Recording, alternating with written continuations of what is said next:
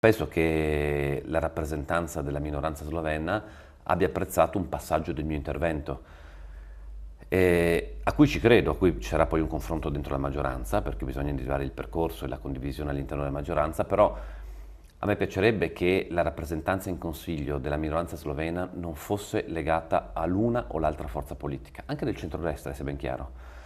Oggi la minoranza slovena, per avere un rappresentante, deve legarsi a un partito nazionale, al PD. E non è quindi più una rappresentanza della minoranza, o meglio, una rappresentanza di parte. Sarebbe bello che anche in Friuli Venezia Giulia la rappresentanza della minoranza rappresentasse veramente ed esclusivamente la minoranza e non invece una forza politica nazionale. Su questo, con la discussione che avremo sulla nuova legge elettorale, per me è da rifletterci, perché è giusto, secondo me, non vincolare a un'appartenenza politica che invece rappresenta una comunità. Quindi banalizzo per come la posso capire io, non vi state avvicinando con la lista Federica, con la Lega a quel mondo lì della minoranza.